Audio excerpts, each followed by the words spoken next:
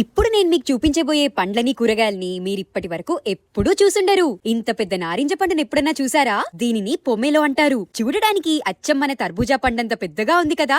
మనకి బట్టలు రకరకాల కలర్స్ లో దొరికినట్టు ఇక్కడ కూరగాయలు కూడా రకరకాల రంగుల్లో దొరుకుతాయి. వీటిని బ్రసెల్ స్ప్రౌట్స్ అంటారు.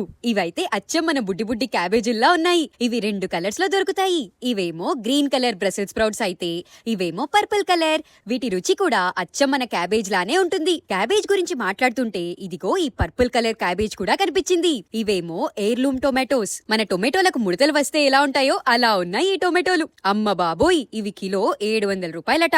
దీన్ని చూసి మన క్యూకుంబర్ అదేనండి ఖీరా అనుకునేరు. నేను అలానే అనుకుని పప్పులో కాలేసా.